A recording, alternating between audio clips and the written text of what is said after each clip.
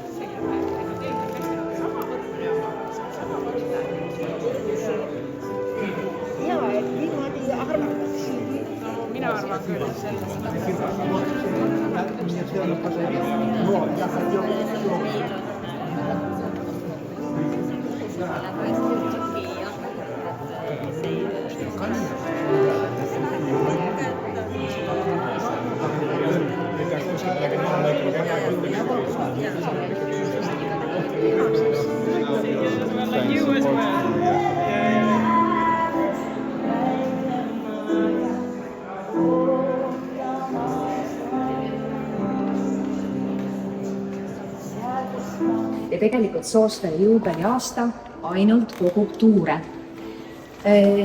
See näitus avatakse Hiiumaal siis augusti lõpus ja mitte päris sellisel kujul, nagu ta siin on, vaid tegelikult ka väikese lisaväärtusega. Helgi Põllo on siis kureerinud Hiiumaale lisaks väikese osa, kus on Soosteri tööd Eesti Kunstimuuseumi kogudest ja Hiiumaa muuseumi kogudest. Seda Hiiumaa muuseumi kogudes on ka suurepärane varase Soosteri kollektsioon. Ja isegi siis, kui Hiiumaal on näitus avatud, ei ole Soosteri juubeliaasta sellega sugugi lõppenud, sellepärast, et oktoobris, täpselt siis sel päeval, kui Ülo Sooster saanuks 100-aastaseks, avab Eesti Kunstimuuseum. Aleksandra Murra on ka täna siin, Kadrioru ja Mikkeli muuseumi direktor. Avab siis Eesti Kunstimuuseum just seal erakogudele pühendatud Mikkeli muuseumis Soosteri juubelile pühendatud näituse, mis keskendub ennekõike just siis erakogudes asuvale materjalile.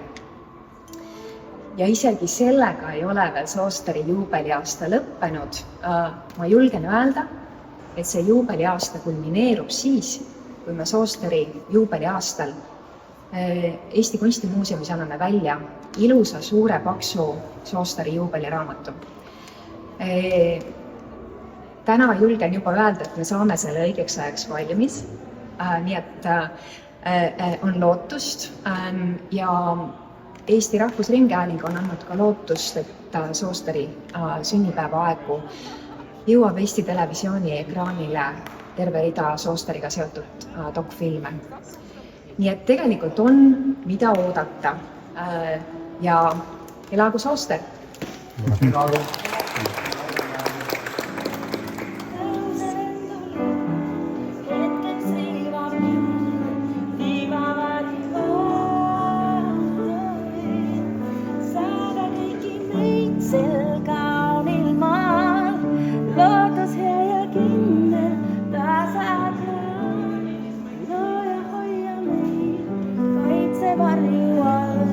Dylan.